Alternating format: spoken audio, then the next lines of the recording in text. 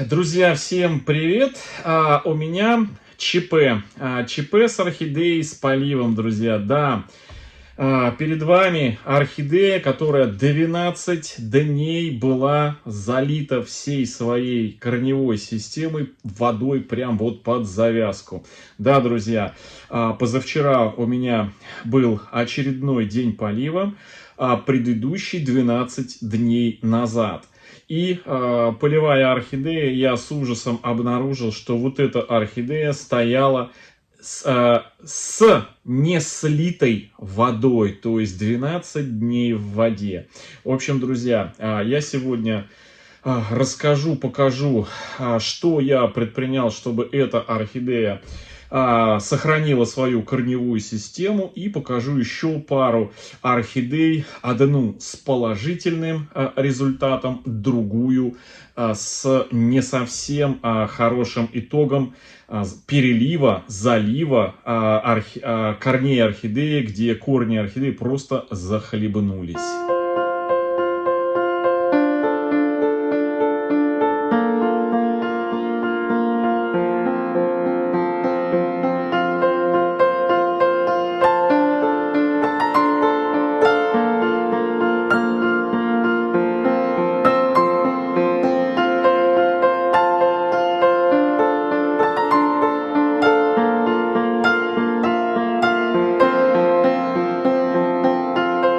Ну вот, собственно, это орхидея биглип, белый биглип. Называется этот биглип принцесса, Юнгхоум принцесс. Вот ее название. Юнгхоум принцесс, белая принцесса.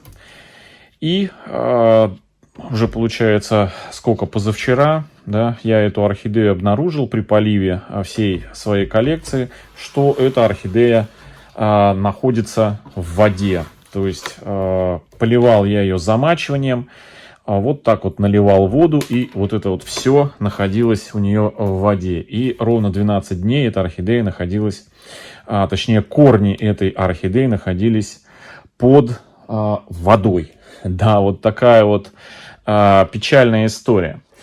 Сразу возникает вопрос, что нужно делать после того, как вот у орхидеи корни длительное время находились под водой. Друзья, ну, самое первое, это, конечно же, нужно максимально быстро освободить корни от лишней воды. Это, естественно, достать, если орхидея находится в кашпо, в двойном горшке, тут проще простого. То есть вытащил ее, поставил ее на какое-то блюдечко, и можно вокруг этой орхидеи, сюда сверху, снизу наложить, ну, точнее, обложить ее либо туалетной бумагой, либо вот такими вот полотенцами, ну, которые хорошо, ну, бумажные полотенца, которые хорошо впитывают влагу. Обычно я эти полотенца использую для обкладывания орхидей, когда готовлю их к отправке по почте. И вот эти бумажные полотенца, либо туалетная бумага, они очень хорошо впитывают влагу. И вот эту орхидею я тут же обложил вот этими бумажными полотенцами со всех сторон, поверху грунт, снизу вот здесь прям вот сделал такой, знаете, плотный сверток вот этой вот такой бумаги, уплотненной, чтобы она соприкасалась с дном и максимально вытягивала. То есть и все. Поставил эту орхидею в светлое место, и желательно, чтобы это место было еще теплое в дневное время. Теплое, светлое. И самое главное, друзья, чтобы это была циркуляция воздуха. И встает вопрос, точнее, не встает вопрос, а желательно после подобного стресса орхидею обработать каким-нибудь средством от стресса. Ну, вот я уже буквально пару дней назад применял на канале вот это средство. очень хорошее, стимул, антистресс, оно вот, ну, копейки стоит в магазине. Оно, это средство в том числе и предназначено от переувлажнения, то есть стрессовые ситуации при обработке.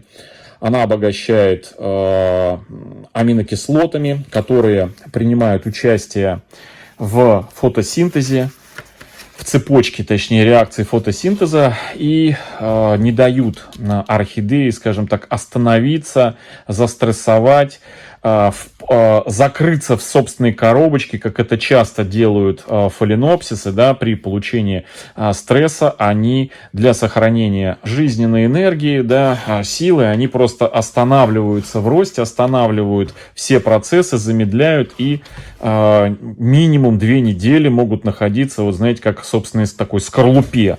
И уже от меняющейся внешней среды они принимают решение начать работать, либо не начать работать. Вот, собственно говоря, нам нужно все сделать так, чтобы орхидея максимально почувствовала благоприятную среду, благоприятную окружающую среду. Для этого, конечно же, нужны условия определенные внешние. Это днем тепло должно быть, светло, и циркулировать воздух должен, чтобы не застаивалось все это дело. Естественно, максимально помочь выйти влаги. Ну и все. И вот, друзья, вот уже больше суток прошло. Орхидея вот в таком состоянии, когда я ее увидел, достал, здесь просто вот было все прям, с нее текло, ну, 12 дней, вы представляете. В общем, первое, что я сделал, это, естественно, я обработал вот этим средством. Как им пользоваться, как обрабатывать, есть 2 дня назад видео, где я против стресса обрабатывал орхидеи вот этим вот. Ну, значит, ссылочку в верхнем правом углу вставлю. Вот. Что еще? Чем еще можно? Конечно, есть средства вот такие вот, как Epin Extra, но подобные средства, они могут и навредить растению, то есть подобное средство, его нужно использовать максимально по инструкции, тем более оно у меня, кстати, уже, по-моему, 3 года, срок годности 3 года. Изготовлено в мае 19, 20, 21, все, уже срок годности вышел у Эпина этого, но я его держу, друзья, для образца, ну, показывать видео. Я уже давно им не пользовался, потому что последний раз, когда я им пользовался, года, наверное, 3 назад, орхидея получила, скажем, переборщил с эпином, и орхидея стала плоховатенько. От эпина пришлось откачивать, поэтому с эпином нужно, конечно, аккуратно, в дозировке. Вот со стимулом здесь передозировать не страшно, потому что тот состав, который здесь присутствует, он по большому счету при передозировке не страшен орхидеи. Еще можно использовать аминозол, тоже хорошо, комплекс аминокислот. Тоже он не только стимулирует рост, повышает иммунитет, но еще и от стрессов помогает, в том числе и от переувлажнения, в том числе хорошо помогает от засухи, вообще от всех стрессовых ситуаций. В общем, вот такими средствами можно обработать орхидеи и быть максимально уверенным, что орхидеи станет лучше. Вот с этой орхидеей, конечно, у меня есть небольшие потери. Я так полагаю, что вот этот корешок, он у меня задохнулся. Но это не точно. Вполне возможно, что он еще был погибший до этого. Я его сейчас обрежу. Вот на этом сочленении, видите, на сломанном сочленении, вот здесь вот, где сломано, видите? Вот. Я не знаю, видать вам хорошо, нет? Вот здесь. В этом месте я обрежу. Потому что, по всей вероятности, если я оставлю, то этот корень, он уже будет гнить. Вот так вот я его сейчас обрежу. И срез обработаю перекисью. В принципе, можно, конечно, чем-то, знаете, таким обработать тертым углем. То, что подсушивает непосредственно. Но я возьму перекись, капну сюда перекисью. Вот видите, такая белая немножко появляется как бы беленькие пузырики. Это говорит о том, что перекись еще не выдохлась, работает. Если надо, то прям срежу вообще под низ горшочка. В общем, состояние у орхидеи вроде бы неплохое. Понаблюдаем еще несколько дней. Если орхидея отойдет от стресса, не заметит стресс, то корни у нее вот эти вот не закуплются. То есть она будет себя нормально чувствовать. На примере, значит, других орхидей, вот уже было видео на канале, это про Golden Sand, вот эту орхидею, которую в позапрошлом, по-моему, году она была в полиэтиленовом горшке, в транспортировочном. И мы ее вместе, я ее, друзья, забыл, нет, наверное, даже в позапрошлом году.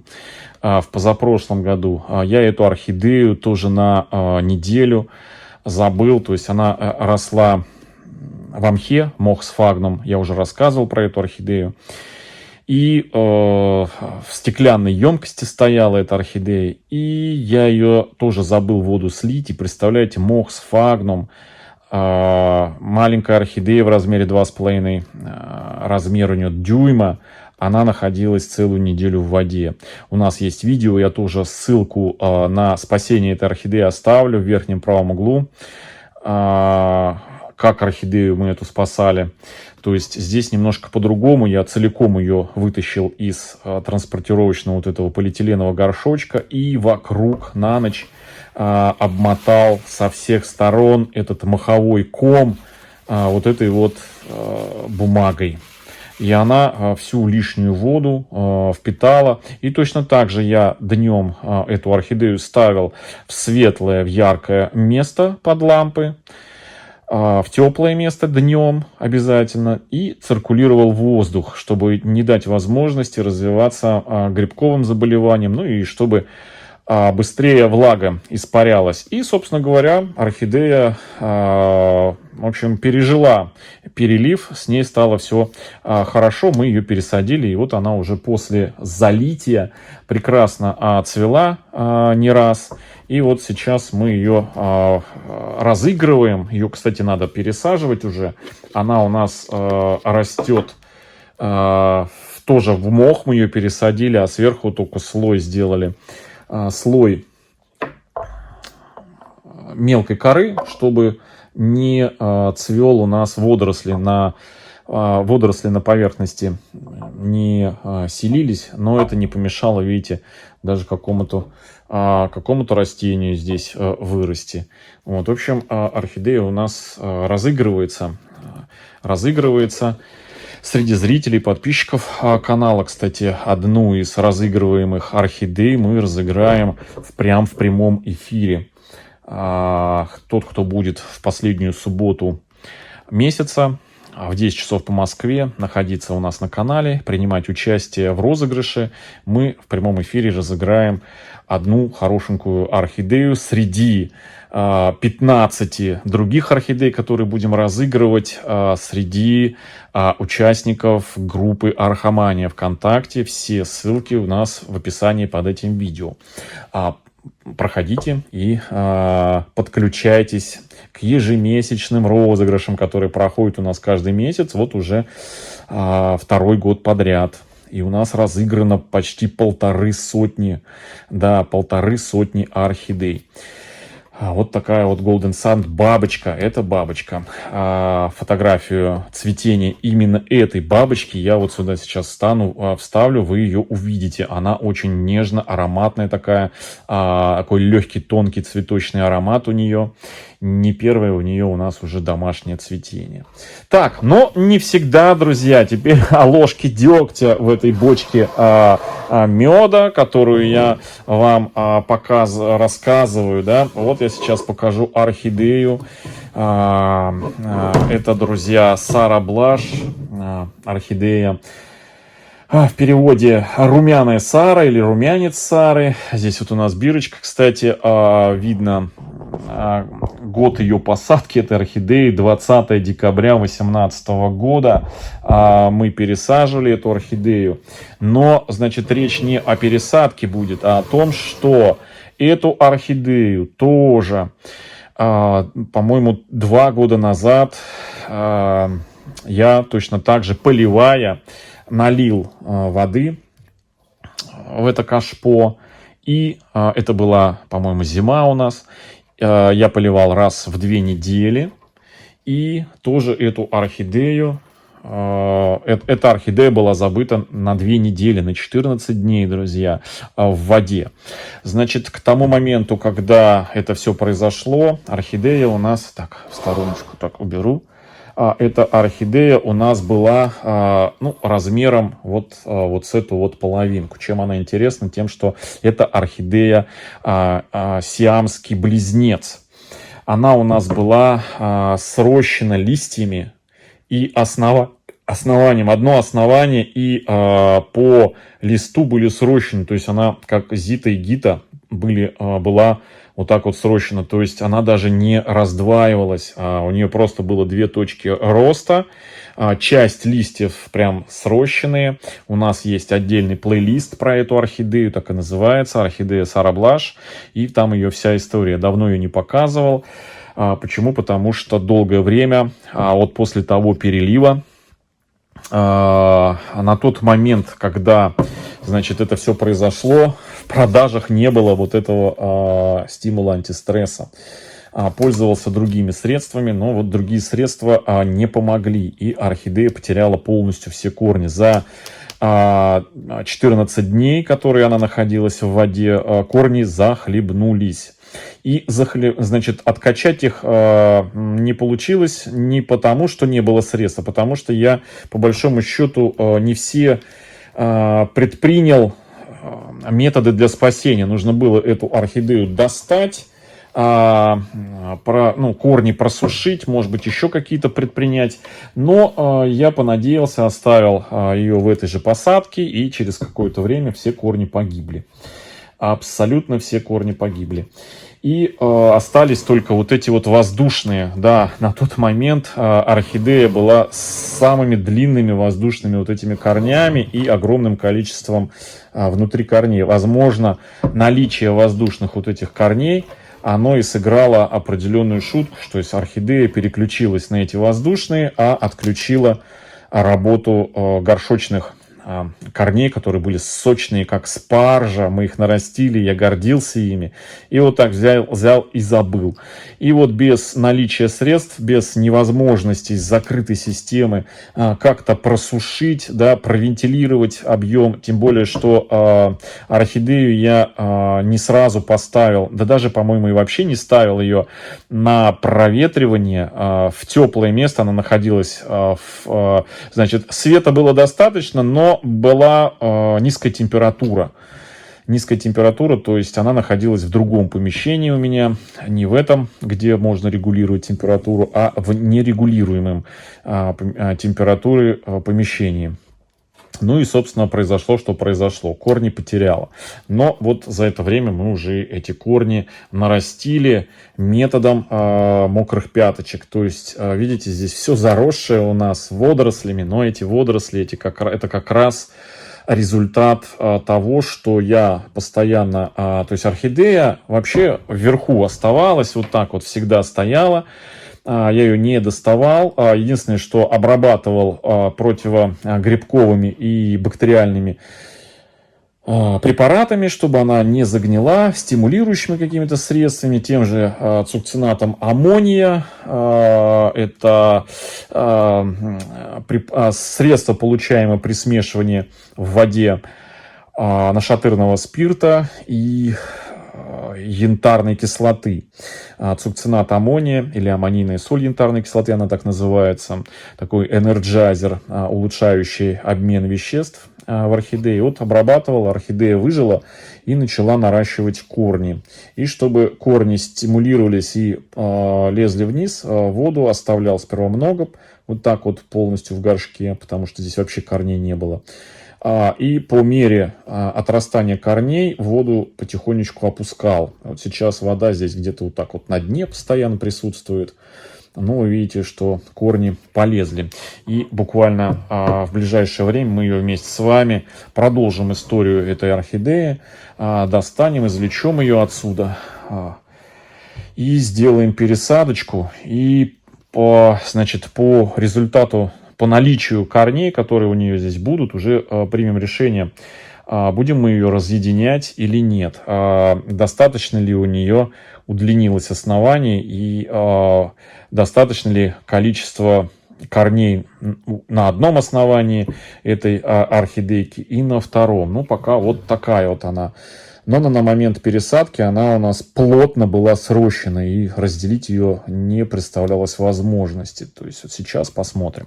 В общем, друзья, не всегда получается спасти корни, но в любом случае спасти орхидею мы в состоянии. И вот как пример Сара Блаш и Golden Sand скажем, выжили в переливах.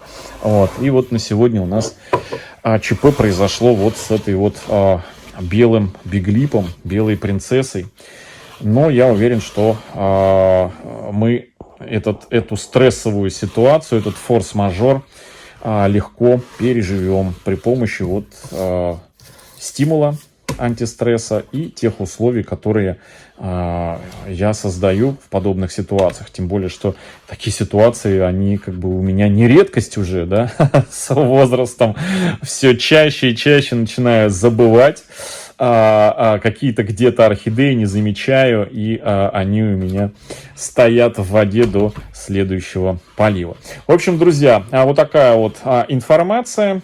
Всем хорошего настроения, всем добра, здоровья, до встречи в следующем видео, и не забывайте сливать воду с орхидеей.